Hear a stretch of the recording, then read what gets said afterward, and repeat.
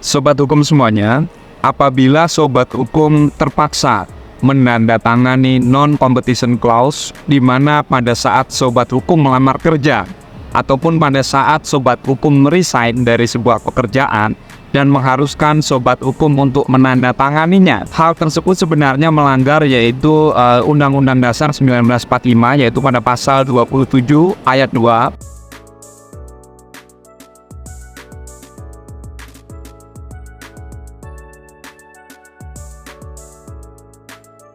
Selain itu, juga melanggar Undang-Undang tentang Ketenagakerjaan dan Undang-Undang tentang HAM.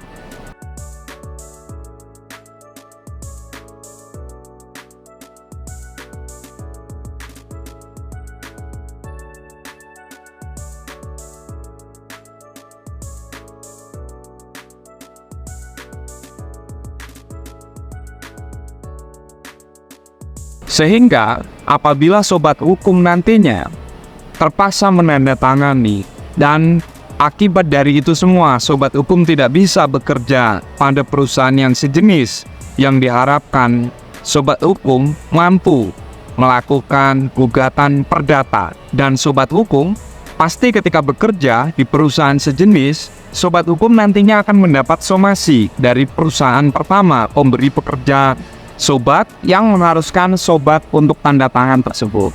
Biasanya case-case di lapangan yang saya temui adalah di mana seseorang itu akan mendapatkan somasi yang kadang-kadang tuntutannya tidak wajar.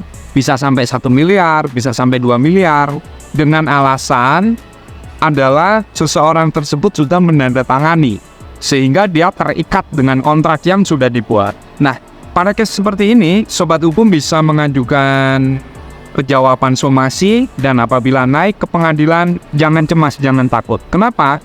Karena semua nanti keputusan itu ada di tangan majelis hakim, di mana majelis hakim akan menilai bagaimana proses tersebut, apakah sesuai dengan undang-undang yang berlaku di Republik Indonesia, apakah tidak. Sehingga saran saya, sobat hukum, jangan takut apabila sobat hukum terpaksa melakukan tanda tangan non-competition clause. Dan harapan saya, sobat hukum tetap berkarir, tetap bekerja seperti apa yang sobat hukum minati, apa yang sobat hukum inginkan, dan sobat hukum tidak takut mengembangkan karir di bidang tersebut. Dalam KUH Perdata kita terdapat kurang lebih 3 asas hukum dalam berkontrak. Yang pertama adalah asas kebebasan berkontrak, kemudian adalah asas pacta sunt servanda, dan yang terakhir adalah asas itikat baik. Di sini, terkadang seseorang akan dibenturkan dengan beberapa hal. Semisal seseorang tersebut sudah menandatangani atau sudah sign in dalam non-competition clause, di mana orang tersebut tidak akan bisa bekerja pada perusahaan yang sama. Nah, dari sini kita bisa asumsikan apakah ini mengandung asas itikat baik ataukah tidak, ataukah mengandung hal yang bagus untuk seseorang ataukah tidak. Nah, sebenarnya yang bisa menjawab hal itu semua adalah benar atau salahnya majelis hakim nantinya yang akan memutuskan. Selanjutnya, hal tersebut juga bisa bertentangan dengan Undang-Undang Dasar 1945, yaitu undang-undang yang sangat mengandung makna di dalam sistem hukum di negara kita, yaitu Undang-Undang Dasar Negara Republik Indonesia tahun 1945 pada pasal 27 ayat 2 menyatakan bahwa setiap warga negara Indonesia berhak atas pekerjaan dan penghidupan yang layak bagi kemanusiaan.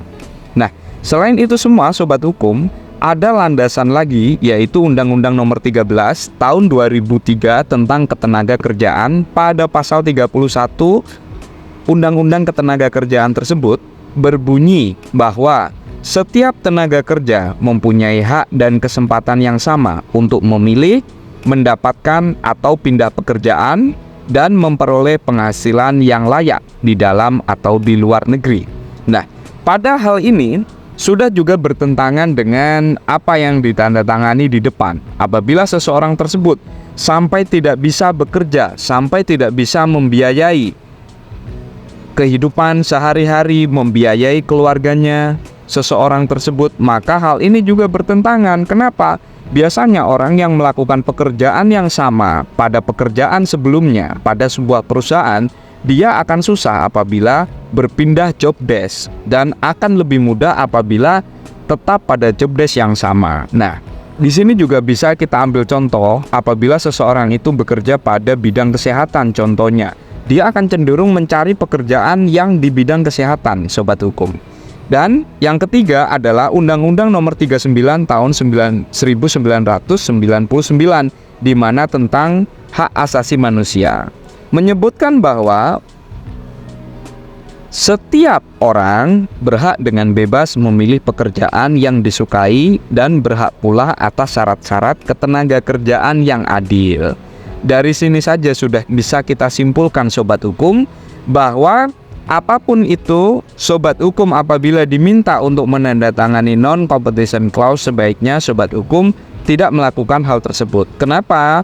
Karena nanti akan ada implikasi hukum yang dimana saling melakukan pembuktian di depan majelis hakim.